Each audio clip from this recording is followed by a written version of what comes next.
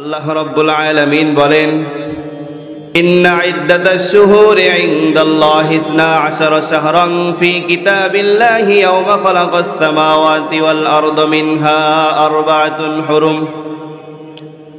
আল্লাহ রাব্বুল আলামিন এই আয়াতের দ্বারা মানুষদেরকে বুঝায় দিচ্ছেন, রে মুসলমান, আমি আল্লাহ তাআলা আসমান এবং জমিনের মধ্যে যা কিছু আছে সব কিছু যখন আমি আল্লাহ তাআলা বানাইছি, বানানোর সঙ্গে সঙ্গে আমি আল্লাহ তাআলা আরবির 12টা মাসকে বানাইছি। সকলে বলেন সুবহানাল্লাহ।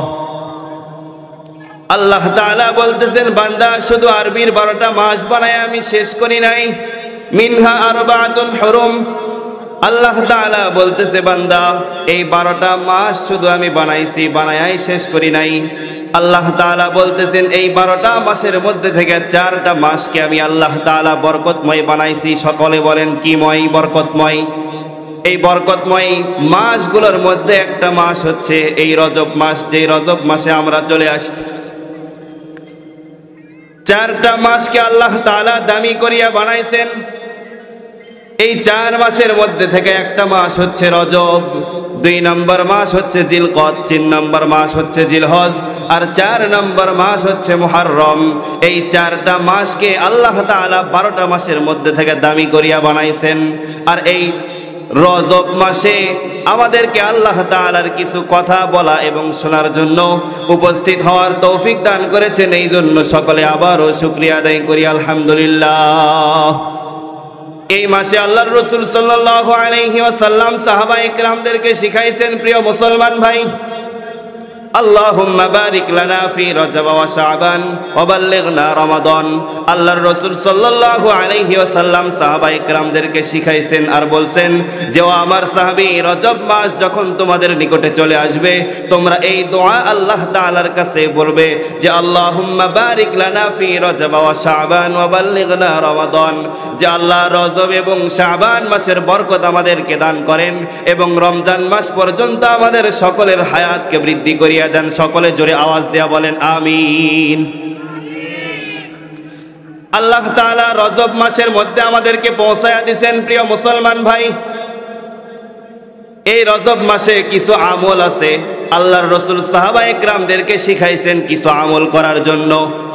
বরকতময় মাস হিসেবে আল্লাহ তাআলা এমনি এমনি দেই নাই রে মুসলমান, আমল করার জন্য, ইবাদত করার জন্য আল্লাহ তাআলা এই মাসগুলোকে দিয়েছেন। রজব মাসে আল্লাহর রাসূল সাল্লাল্লাহু আলাইহি ওয়াসাল্লামের কাছ থেকে 2টা মাতার তাজকে নিয়ে গেছেন। 1 নম্বর হচ্ছে রজব মাসে আল্লাহর রাসূল সাল্লাল্লাহু আলাইহি ওয়াসাল্লামের স্ত্রী হযরতে খাদিজাতুল কুবরা রাদিয়াল্লাহু তাআলা আনহাকে আল্লাহ তাআলা এই মাসে নিয়ে গেছেন। আর 2 নম্বর হচ্ছে এই মাসে আল্লাহর রাসূল সাল্লাল্লাহু আলাইহি ওয়াসাল্লামের দাওয়াতের কাজের মেহনতের সাথে সার্বিক দিক দিয়ে সাহায্য করেছেন, কিন্তু ইসলাম গ্রহণ করেন নাই। আল্লাহর রাসূল সাল্লাল্লাহু আলাইহি ওয়াসাল্লামের চাচা আবু তালেব, এই আবু তালেবকে আল্লাহ তাআলা এই মাসে নিয়ে চলে গেছেন। প্রিয় মুসলমান ভাই, আল্লাহর রাসূল সাল্লাল্লাহু আলাইহি ওয়াসাল্লাম দুনিয়ার জিন্দেগিতে শেষ নবী হিসাবে আসছেন। আল্লাহ তাআলা আমাদের নবীর পরে আর কোনো নবী পাঠাইবেন না, কিন্তু আল্লাহর রাসূলের দুনিয়ার জিন্দেগিতে মা ছিল না, বাবা ছিল না, দাদা ছিল না। শেষ পর্যন্ত তার চাচা যখন আবু তালেব ইন্তেকাল করছে, ইন্তেকাল করার সঙ্গে সঙ্গে আল্লাহর রাসূল সাল্লাল্লাহু আলাইহি ওয়াসাল্লাম এত কষ্ট আর শোক তার ভিতরে চলে আসছে যে কাবা ঘরের চত্বরে আল্লাহর রাসূল সাল্লাল্লাহু আলাইহি ওয়াসাল্লাম আসিয়া হেলান দিয়া নিজেকে এত কষ্টের মধ্যে ফেলাইয়া দিছে যে, আল্লাহ, আজকে আমার বাবা নাই, আমার মা নাই, আমার দাদা পর্যন্ত নাই। এই মাসে আল্লাহ তাআলা আল্লাহর রাসূল সাল্লাল্লাহু আলাইহি ওয়াসাল্লামের চাচা আবু তালেবকে নিয়ে গেছে। এই আবু তালেব ইন্তেকাল করার সঙ্গে সঙ্গে আল্লাহর রাসূল কাবা ঘরের চত্বরে হেলান দিয়া শোকের মধ্যে পড়ে গেছে। এত কষ্ট, এমত অবস্থায় আবু জেহেল, ইসলামের বড় শত্রু আবু জেহেল, আল্লাহর রাসূল সাল্লাল্লাহু আলাইহি ওয়াসাল্লামকে কাবা চত্বরের মধ্যে যখন হেলান দেওয়া অবস্থায় দেখছে, দেখার সঙ্গে সঙ্গে আবু জেহেল লাঠি দিয়ে আল্লাহর রাসূলের মাথায় বাড়ি মারছে। সকলে জোরে আওয়াজ দেয়া বলেন নাউজুবিল্লাহ। আল্লাহর রাসূল সাল্লাল্লাহু আলাইহি ওয়াসাল্লামের মাথায় যখন লাঠি দিয়ে আঘাত করেছে, আঘাত করার সঙ্গে সঙ্গে আল্লাহর রাসূলের মাথা থেকে রক্ত ঝরঝর করে পড়ে যাচ্ছে। আবু তালেবের একজন গোলাম ছিল, সেও কাফের ছিল। এই গোলাম দূর থেকে দেখতেছে যে আল্লাহর রাসূলের মাথা দিয়ে রক্ত গড়ায়া গড়ায়া ঝরঝর করিয়া কাবা ঘরের চত্বরে পড়ে যাচ্ছে। আবু তালেবের গোলাম আল্লাহর রাসূল সাল্লাল্লাহু আলাইহি ওয়াসাল্লামকে এমত অবস্থায় দেখিয়া নিজের শরীর থেকে কাপড় ছিঁড়িয়া আল্লাহর রাসূলের মাথার মধ্যে পেঁচায়া দিচ্ছে। কারণ হচ্ছে আল্লাহর রাসূল সাল্লাল্লাহু আলাইহি ওয়াসাল্লামের মাথা থেকে যেন রক্ত না বাহির হয়। আল্লাহর রাসূলকে মাথা ব্যান্ডেজ করিয়া দিয়া আবু তালেবের গোলাম দৌড় দিয়া আল্লাহর রাসূলের আরেকজন চাচা ছিল আমির হামজা, এই আমির হামজার বাসায় দৌড় দিয়া গিয়ে দেখতেছে যে তার স্ত্রী বাড়ির মধ্যে আছে, আমির হামজা নাই। তো স্ত্রীকে সরাসরি জিজ্ঞাসা করছে, মুহাম্মদ তোমাদের কে হয়? বলতেছে আমাদের ভাতিজা হয়। তো বলতেছে কাবা চত্বরের ওইখানে গিয়ে দেখো মুহাম্মাদের কি অবস্থা। আমির হামজার স্ত্রী দৌড় দিয়া কাবা ঘরের চত্বরে এখানে চলে আসছে। আসার সঙ্গে সঙ্গে দেখতেছে আল্লাহর রাসূলের মাথা দিয়ে টপ টপ করে পানি গড়ায়া গড়ায়া পড়তেছে। এইটা দেখিয়া আমির হামজার স্ত্রী দৌড় দিয়া স্বামীর কাছে গেছে। যাওয়ার পরে বলতেছে, আবু তালেব তোমার ভাই, তুমিও হচ্ছে আল্লাহর রাসূলের চাচা। আবু তালেব জীবিত থাকা অবস্থায় তার শরীরে টাচ করার মতো শক্তি সাহস করা হয় নাই। আজকে আবু তালেব ইন্তেকাল করছে, ইন্তেকাল করার সঙ্গে সঙ্গে তুমি তার মাথায় লাঠি আঘাত করেছে, তুমি চাচা হিসাবে তার পাশে দাঁড়াও। আমির হামজা বাড়ি থেকে দৌড় দিয়ে কাবা ঘরের চত্বরে চলে আসছে। আসার সঙ্গে সঙ্গে আমির হামজা দেখতেছে আল্লাহর রাসূল সাল্লাল্লাহু আলাইহি ওয়াসাল্লামের মাথা থেকে গড় গড় করে টপ টপ করে রক্ত ঝরায়া ঝরায়া কাবা ঘরের চত্বরে পড়তেছে। যেই লাঠি দিয়ে আবু জেহেল আল্লাহর রাসূলের মাথায় বাড়ি মারছে, ওই লাঠি নিয়ে আমির হামজা আবু জেহেলের শরীরে আঘাত করছে। আঘাত করিয়া আল্লাহর রাসূল সাল্লাল্লাহু আলাইহি ওয়াসাল্লামের সামনে আসছে। আসার পরে আল্লাহর রাসূলকে আমির হামজা বলতেছে, ভাতিজা প্রতিশোধ নিয়ে নিস। কি নিয়ে নিস? প্রতিশোধ। যেই এই কথা বলছে প্রতিশোধ নিয়ে নিস, এই কথা শোনার সঙ্গে সঙ্গে আল্লাহর রাসূলের চেহারা লাল হয়ে গেছে। তো আল্লাহর রাসূলের চাচা আমির হামজা জিজ্ঞাসা করছে, প্রতিশোধ নিয়েছি, তুমি খুশি হও নাই? আল্লাহর রাসূল বলছে, না চাচা আমি খুশি হই নাই। আমির হামজা জিজ্ঞাসা করছে, কি করলে খুশি হবেন? বলতেছে, আপনি চাচা আমার দ্বীনকে যদি গ্রহণ করেন, আমার ইসলামকে যদি গ্রহণ করেন, আমি সবচাইতে বেশি খুশি হব। সকলে বলেন সুবহানাল্লাহ। আল্লাহর রাসূলের মাথা থেকে রক্ত ঝরায়া ঝরায়া পড়তেছে। এমত অবস্থায় আল্লাহর রাসূল সাল্লাল্লাহু আলাইহি ওয়াসাল্লাম দাঈ হয়ে গেছে। দাওয়াত মানুষের কাছে কিভাবে পৌঁছাবে? নিজের দেহ শেষ হয়ে যাচ্ছে, রক্ত মাথা থেকে গড়ায়া গড়ায়া টপ টপ করে পড়ে যাচ্ছে। তারপরেও আল্লাহর রাসূল সাল্লাল্লাহু আলাইহি ওয়াসাল্লাম একটা উম্মত বেঈমান থেকে ঈমানের মধ্যে কিভাবে আসবে, একটা উম্মত বেনামাজি থেকে নামাজি কিভাবে হবে, এই চিন্তা ফিকির নিয়ে সর্ব অবস্থায় চলছে। সকলে বলেন সুবহানাল্লাহ। তো যেই কথা বলতেছিলাম প্রিয় মুসলমান ভাই, রজব মাস চলতেছে। রজব মাসে আল্লাহর রাসূল সাল্লাল্লাহু আলাইহি ওয়াসাল্লাম সাহাবায়ে কেরামদেরকে এই মাসে কিছু আমল শিখাইছেন। এই মাসে যেগুলা আমল শিখাইছেন আল্লাহর রাসূল, এইগুলা আমল আমাদের শিখতে হবে।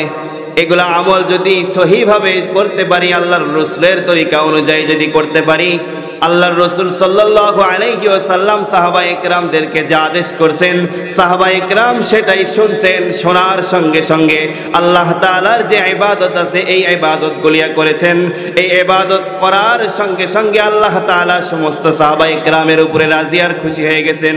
এই জন্য আল্লাহ তাআলা সাহাবায়ে কেরাম সম্পর্কে কোরআনের মধ্যে আয়াত দিয়ে দিয়েছেন, রাদিয়াল্লাহু আনহুম ওয়া রাদু আনহু, যে আমি আল্লাহ তাআলা সমস্ত সাহাবায়ে কেরামের উপরে রাজি আর খুশি হয়ে গেছি। সকলে বলেন সুবহানাল্লাহ।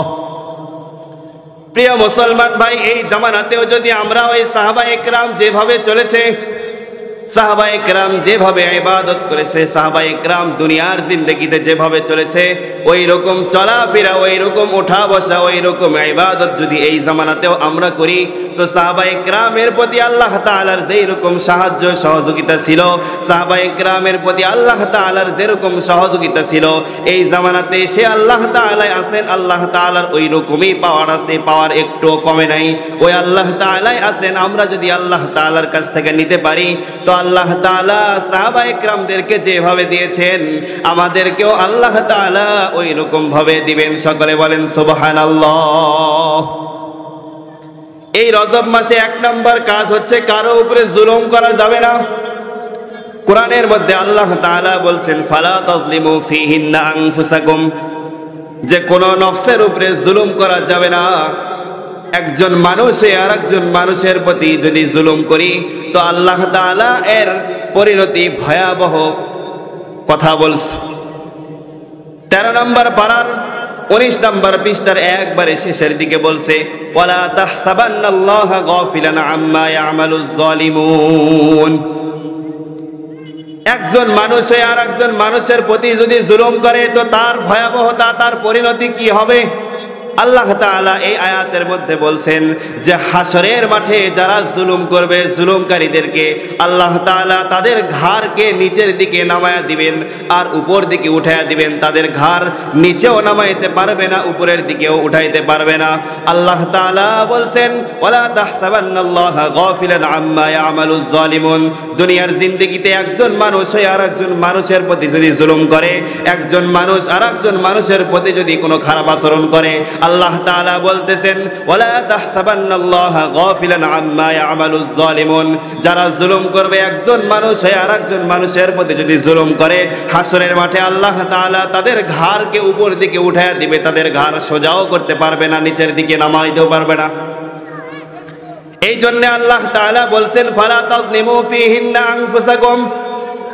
রজব মাস যখন তোমাদের নিকটে পৌঁছে যাবে, এই মাস থেকেই তোমরা আমল শুরু করবে। 1 নম্বর আমল হচ্ছে তোমরা একজন মানুষে আর একজন মানুষের প্রতি জুলুম করবে না, ইহসান করবে।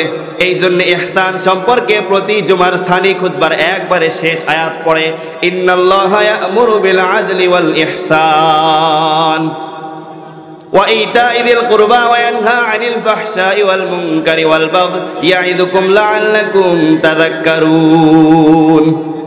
আপনারা সকলেই জানেন জুমার সানি খুতবার একবারে শেষের দিকে এটা পড়া হয়। এই আয়াত আল্লাহ তাআলা এই আয়াতের মধ্যে 6টা কথা বলেছেন, তার মধ্যে 1 নম্বর হচ্ছে ইন্নাল্লাহা ইয়া'মুরু বিল আদলি ওয়াল ইহসান। একজন মানুষ আর একজন মানুষের প্রতি যদি ইহসান ওয়ালা হয়, দয়াবান হয়, আল্লাহ তাআলা তাদেরকে কি পুরস্কার দিবে সেই সম্পর্কে এখানে বলছে। প্রিয় মুসলমান ভাই, আল্লাহর রাসূল সাল্লাল্লাহু আলাইহি ওয়াসাল্লাম দুনিয়ার জীবন থেকে ইন্তেকালের আগ পর্যন্ত ইহসান করিয়া সাহাবায়ে কেরামদেরকে দেখাইছেন। দুনিয়ার জীবন থেকে ইন্তেকালের আগ পর্যন্ত ইহসান আল্লাহর রাসূল শিখাইছেন। শুধুমাত্র একটা উদাহরণ দিয়ে বলি মুসলমান ভাই, বদরের নামের একটা যুদ্ধ হয়েছিল। বদরের যুদ্ধের সময় সাহাবায়ে কেরাম যুদ্ধের কাতার সোজা করতেছে, আল্লাহর রাসূল সাহাবায়ে কেরাম কাতারের মধ্যে সারিবদ্ধ হয়ে গেছে। তো আল্লাহর রাসূল সাল্লাল্লাহু আলাইহি ওয়াসাল্লাম বদরের যুদ্ধে কাতার সোজা করতেছে।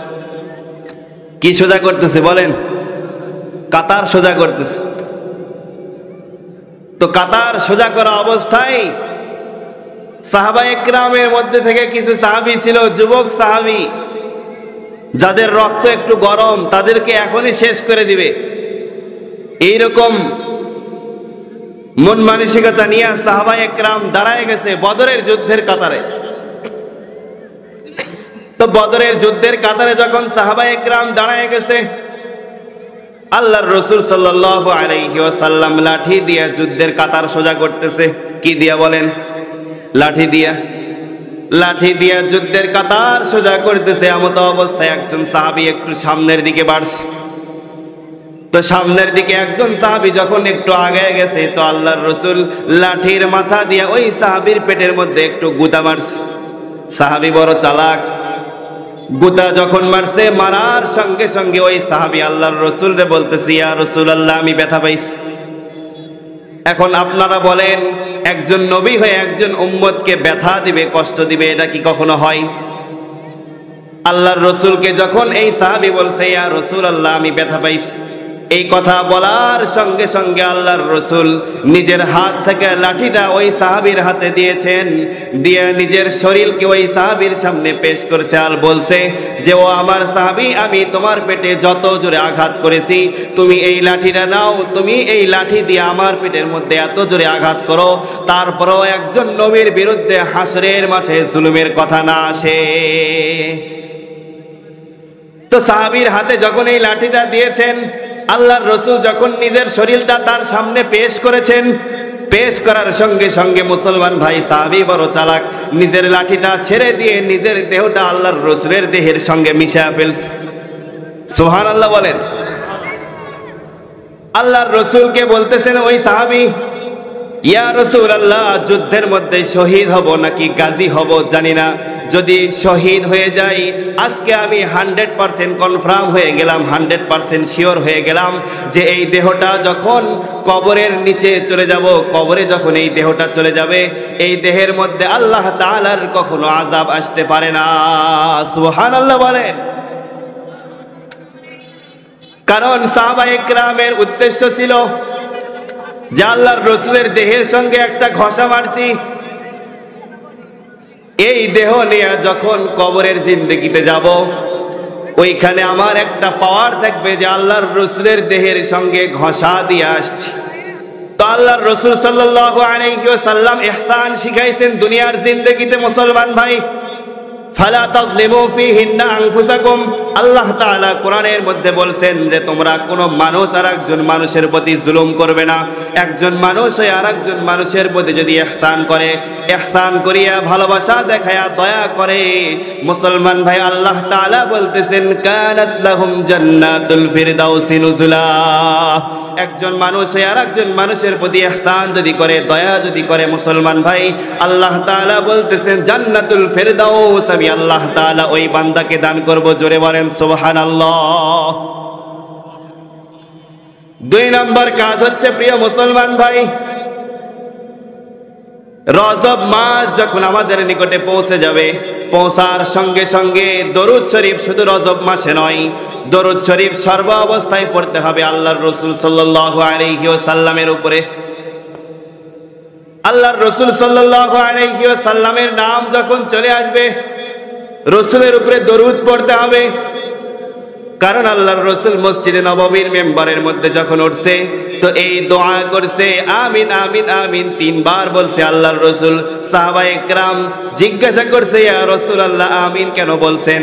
তো আল্লাহর রসুল বলছে, ওই ব্যক্তি ধ্বংস হয়ে যাক, আমার নাম পাওয়ার পরেও আমার উপরে দরুদ পড়ে না, ওই ব্যক্তি ধ্বংস হয়ে যাক, ওই সময় আমি বলছি আমিন।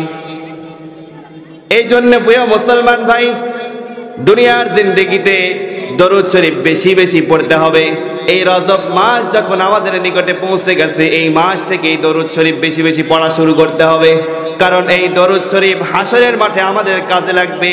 এক হাদিস শরীফের মধ্যে আছে, হাসরের মাঠ যখন কায়েম হয়ে যাবে প্রিয় মুসলমান ভাই, হাসরের মাঠ যখন কায়েম হয়ে যাবে, হযরত আদম আলাইহিস সালাতু ওয়াস সালামের ঘরকে আল্লাহ তাআলা সবচাইতে বেশি উঁচা করিয়া বানাইবেন। আল্লাহ তাআলার হুকুমে কিছু উম্মতকে ফেরেশতারা জাহান্নামের দিকে টানিয়ে নিয়ে যাইতে থাকবে। আদম আলাইহিস সালাতু ওয়াস সালামের ঘর সবচাইতে বেশি লম্বা থাকবে। আদম আলাইহিস সালাতু ওয়াস সালাম দেখতে পাইবে যে কিছু উম্মতকে জাহান্নামের দিকে নিয়ে যাওয়া হইতেছে। এমত অবস্থায় আদম আলাইহিস সালাতু ওয়াস সালাম মুহাম্মদ সাল্লাল্লাহু আলাইহি ওয়াসাল্লামকে বলবে, ইয়া মুহাম্মদ, হে মুহাম্মদ, তোমার কিছু উম্মতকে জাহান্নামের ফেরেশতা টেনে হিচড়ে জাহান্নামের দিকে নিয়ে যাইতেছে। প্রিয় মুসলমান ভাই, এই কথা যখন বলবে আল্লাহর রাসূল সাল্লাল্লাহু আলাইহি ওয়াসাল্লাম পেরেশানির মধ্যে পড়ে যাবে যে আমার উম্মত জাহান্নামের দিকে নিয়ে যাইতেছে ফেরেশতারা। এমত অবস্থায় আল্লাহর রাসূল সাল্লাল্লাহু আলাইহি ওয়াসাল্লাম ওই উম্মতদেরকে বাঁচানোর জন্য দৌড় দিবে। দৌড় যখন দিবে, তো আল্লাহর রাসূল সাল্লাল্লাহু আলাইহি ওয়াসাল্লাম দেখতেছেন যে ফেরেশতারা উম্মতকে জাহান্নামের দিকে নিয়ে যাইতেছে।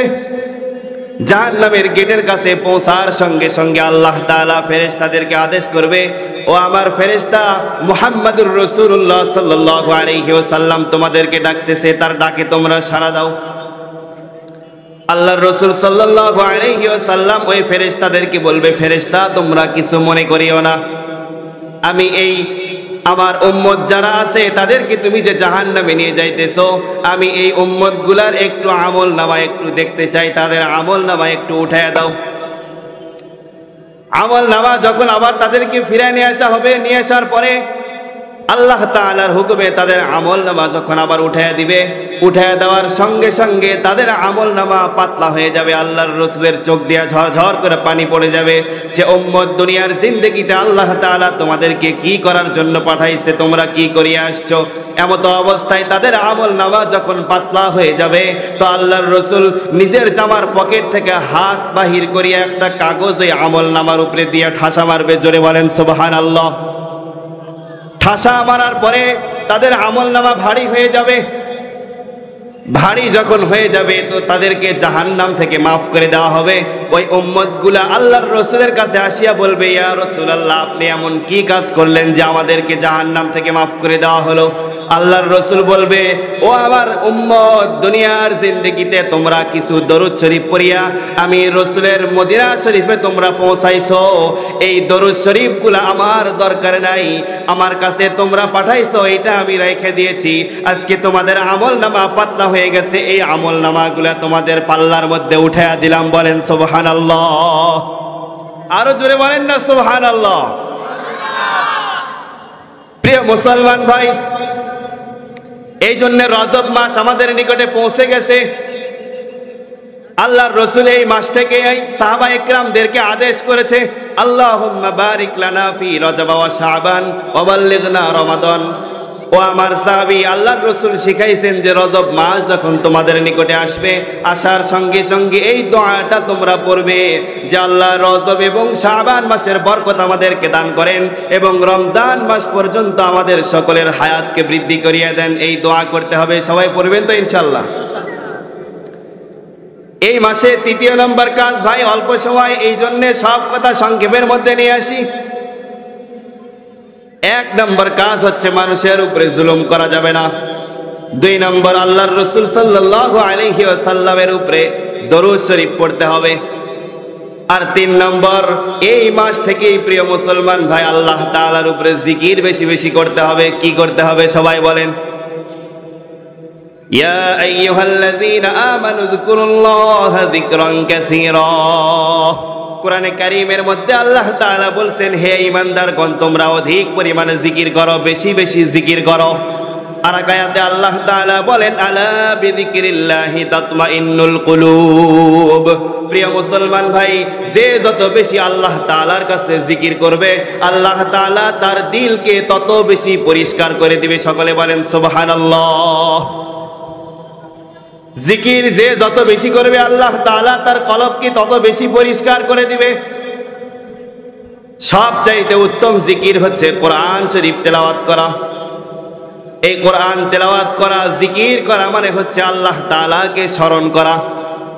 একজন ঈমানদারের তিনটা গুণ হবে, যেটা আল্লাহ তাআলা বলছেন, ইন্নামাল মুমিনুনা ইযা যুকিরাল্লাহ। ঈমানদারের তিনটা গুণ হবে প্রিয় মুসলমান ভাই। এক নম্বর গুণ হচ্ছে ইন্নামাল মুমিনুনা ইযা যুকিরাল্লাহ। একজন ঈমানদারের সামনে যখন আল্লাহ তাআলার কথাকে স্মরণ করায় দেওয়া হয়, জিকির করা হয়, যুকিরাল্লাহ স্মরণ করায় দেওয়া হয়, দেওয়ার সঙ্গে সঙ্গে ওয়াজিলাত কুলুবুহুম, তার দিল আল্লাহ তাআলার ভয়ে কাঁপাকাঁপি শুরু হয়ে যায়। ওয়াজিলাত কুলুবুহুম, তার কলব কাঁপাকাঁপি শুরু হয়ে যাওয়ার কথা। দুই নম্বর হচ্ছে ওয়াইদা তুলিয়াত আলাইহিম আয়াতুহু যাদাতুহুম ঈমানা। একজন ঈমানদারের সামনে যখন কোরআন তেলাওয়াত করা হয়, ওয়াইদা তুলিয়াত আলাইহিম আয়াতুহু যাদাতুহুম ঈমানা। একজন ঈমানদারের সামনে যখন কোরআন তেলাওয়াত করা হয়, যে পরিমাণ ঈমান তার দিলের ভিতরে আছে, এই কোরআন তেলাওয়াত শোনার সঙ্গে সঙ্গে আল্লাহ তাআলা বলতেছেন যাদাতুহুম ঈমানা। এই তেলাওয়াত শোনার সঙ্গে সঙ্গে আমি আল্লাহ তাআলা তার ঈমানকে আরো বেশি বাড়ায় দেই। বলেন সুবহানাল্লাহ। আর 3 নম্বর হচ্ছে ওয়া আলা রাব্বিহিম ইয়াতাওয়াক্কালুন। একজন ঈমানদার সর্ব অবস্থায় ভরসা কার উপরে করবে বলেন? জোরে আওয়াজ দিয়ে বলেন, কার উপরে? একজন ঈমানদার সর্ব অবস্থায় আল্লাহর উপরে ভরসা করবে। এই জন্য ঈমানদারের 3টা গুণ। এই জন্য 3 নম্বর কাজ হচ্ছে এই মাস যখন চলে আসবে জিকির বেশি বেশি করতে হবে। আলা বিযিকরিল্লাহি তাতমাইন্নুল কুলুব। আল্লাহ তাআলা বলতেছেন, ও আমার বান্দা, তোমরা যে যত বেশি জিকির করবা, জিকির করার সঙ্গে সঙ্গে আমি আল্লাহ তাআলা তোমাদের কলবকে তত বেশি পরিষ্কার করে দিব। এই জন্য প্রিয় মুসলমান ভাই, জিকির করতে হবে। শাইখুল হিন্দ কাসেম নানুতুবি রহমতুল্লাহি আলাইহি আর হচ্ছে মাহমুদুল হাসান দেওবন্দি রহমতুল্লাহি আলাইহি, ওনার একটা ঘটনা জিকির সম্পর্কে স্মরণে আসলো, তাই বলতেছি।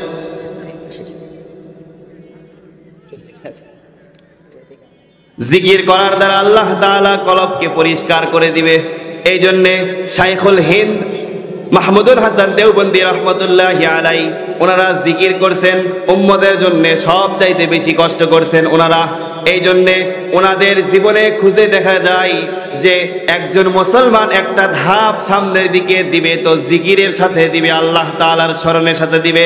ব্যবসা করতেছেন তো সেখানে আল্লাহ তাআলার কথা স্মরণ রাখতে হবে। আপনি চাকরি করতেছেন সেখানে আল্লাহ তাআলার কথাকে স্মরণ রাখতে হবে।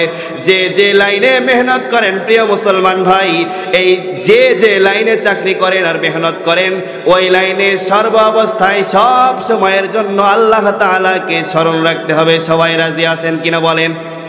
একটু 2 হাত আল্লাহ তাআলাকে উঠায় দেখান, নারে তাকবীর। আরো জোরে বলেন, নারে তাকবীর। আল কোরআনের আলো, আল হাদিসের আলো, নারে তাকবীর। এই জন্য যে কথাগুলা, হাত নামান সবাই, যেই কথাগুলা বললাম প্রিয় মুসলমান ভাই, রজব মাস, কথা তো বলার সময় হয় নাই, ভূমিকা কেবল শেষ হইতেছে।